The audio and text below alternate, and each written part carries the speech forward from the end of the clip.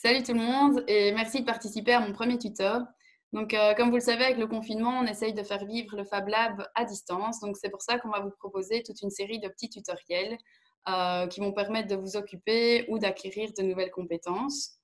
Moi, j'ai choisi de vous présenter ici Pepakura, qui est un logiciel gratuit qui permet en fait de partir d'une 3D et en faire le développement papier pour après le découper et l'assembler.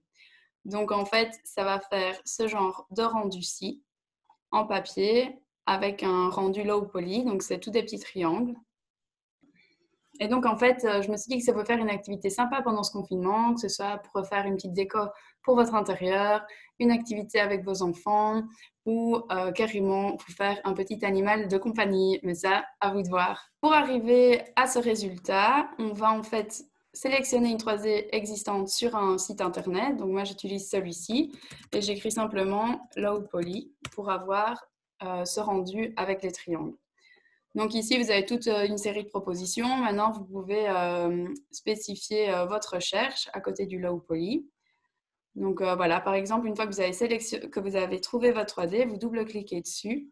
Et au-dessus à droite, vous avez télécharger tous les documents. Vous téléchargez. Et une fois que c'est téléchargé, n'oubliez pas d'extraire pour pouvoir l'utiliser.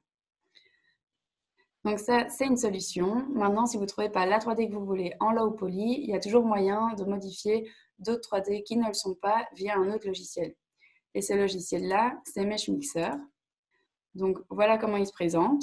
Et c'est un logiciel que vous pouvez télécharger gratuitement via Autodesk.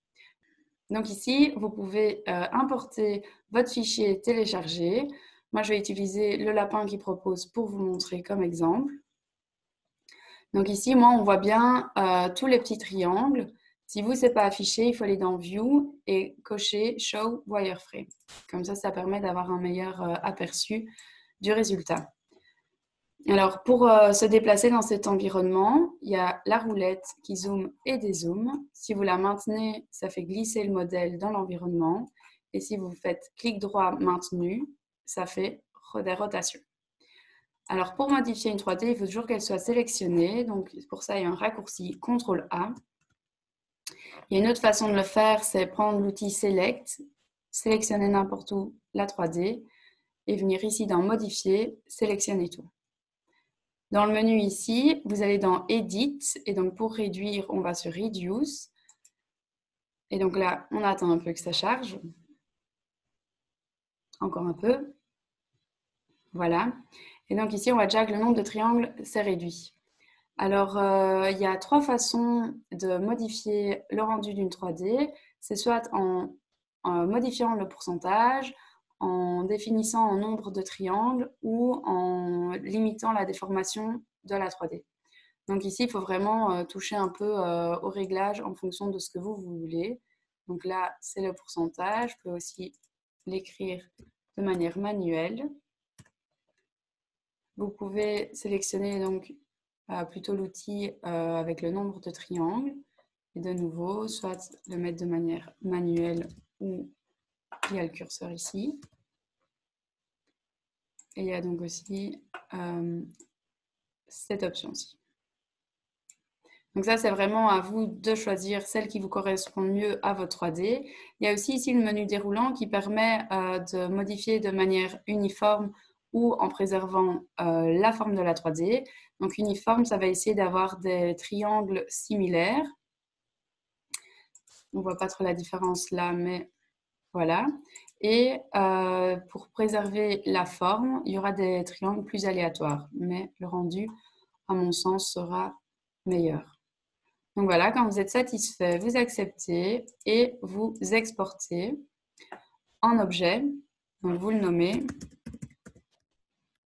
et vous enregistrez. Une fois que ça c'est fait, vous pouvez passer dans Pepakura. Alors, vous prenez Pepakura, vous faites Fichier, Ouvrir, votre petit 3D. Moi, je laisse en autodétection. OK. Ici, est-ce que je veux faire un flip ou non? Là, dans ce cas-ci, oui. Donc, je dois définir quelle face va venir ici. Donc, ici, c'est la jaune. Pour moi, elle est dans le bon sens, donc je n'ai plus à la modifier, je fais OK. Et ici, il y a la fenêtre qui s'ouvre pour pouvoir déterminer la dimension du volume que vous voulez. Donc moi, je vais faire ici en fonction de la légende. Donc ici, en largeur, je vais prendre 15 cm. Voilà. Une fois que ça, c'est fait, vous pouvez directement faire le dépliant ici sur la droite. Alors, une chose qui est importante, c'est de définir la dimension de vos feuilles de papier. Moi, j'ai mis des A4 parce que j'ai qu'une imprimante A4. Donc là, vous allez dans Setting, Print and Paper, et vous sélectionnez A4. Si vous avez une A3, c'est mieux, donc sélectionnez A3. Et si vous n'avez pas d'imprimante, vous pouvez toujours aller chez votre libraire faire imprimer. Bien sûr, en minimisant les déplacements et en allant la faire imprimer, peut-être en allant chercher votre journal, votre magazine ou autre.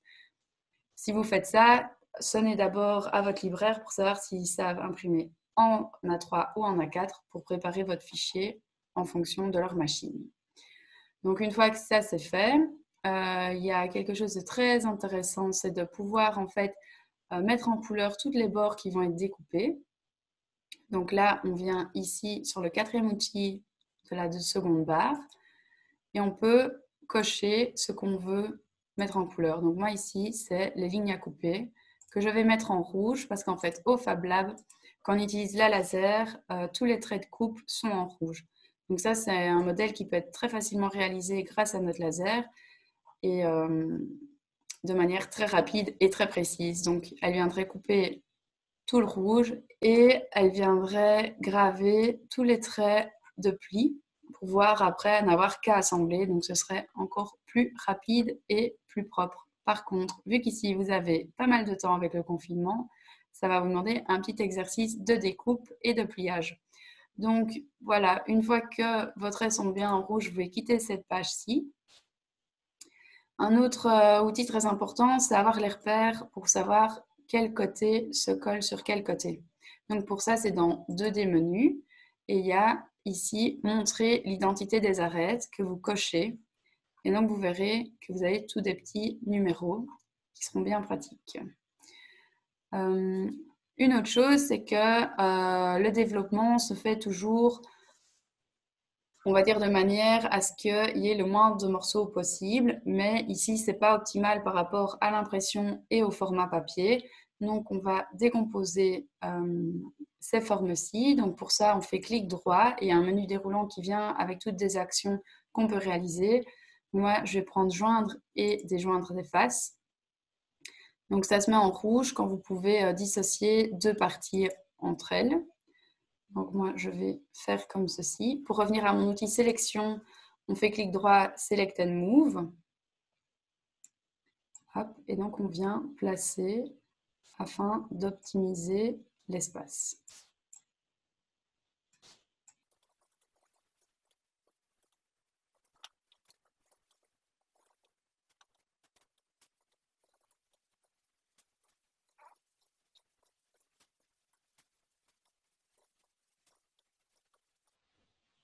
Voilà, une fois que ça c'est optimisé, il y a une autre chose que vous pouvez faire qui est assez importante, on va dire, surtout si vous le faites avec des enfants, c'est parce qu'en fait, si vous regardez bien, les traits, il y a deux sortes.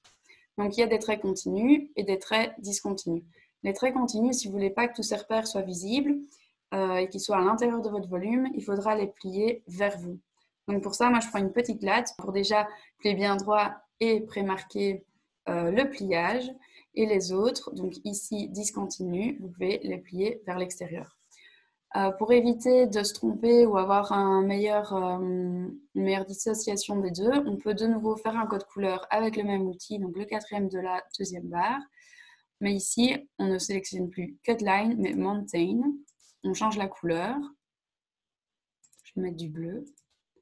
Et on fait également une sélection rapide. On peut faire pareil pour ici le 3e. Et choisir aussi une autre couleur. Voilà. Et de nouveau faire une sélection rapide.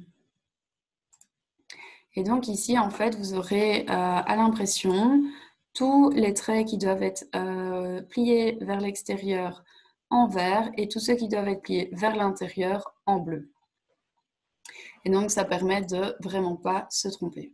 Donc, une fois que tout ça c'est fait, il faut faire fichier, print to PDF et donc l'enregistrer en print par exemple. Et voilà, vous n'avez plus qu'à imprimer, découper, plier et coller. Alors, une petite astuce que j'ai oublié de vous dire, c'est une fois que vous avez prémarqué les plis avec votre latte, c'est vraiment de venir insister avec vos ongles ou en pressant avec une latte. C'est ce qui va permettre d'avoir un rendu sympa et avec des triangles bien dessinés. Donc voilà, merci d'avoir suivi ce tuto. J'espère que ça vous aura plu. Si vous avez des questions, n'hésitez pas à les laisser en commentaire. Il y a dans la description toutes les infos nécessaires pour les téléchargements. Et si vous avez aussi d'autres sujets qui vous intéresseraient, n'hésitez pas à nous le faire savoir. Et donc voilà, je pense que c'est à peu près tout. Et surtout, prenez soin de vous. Salut!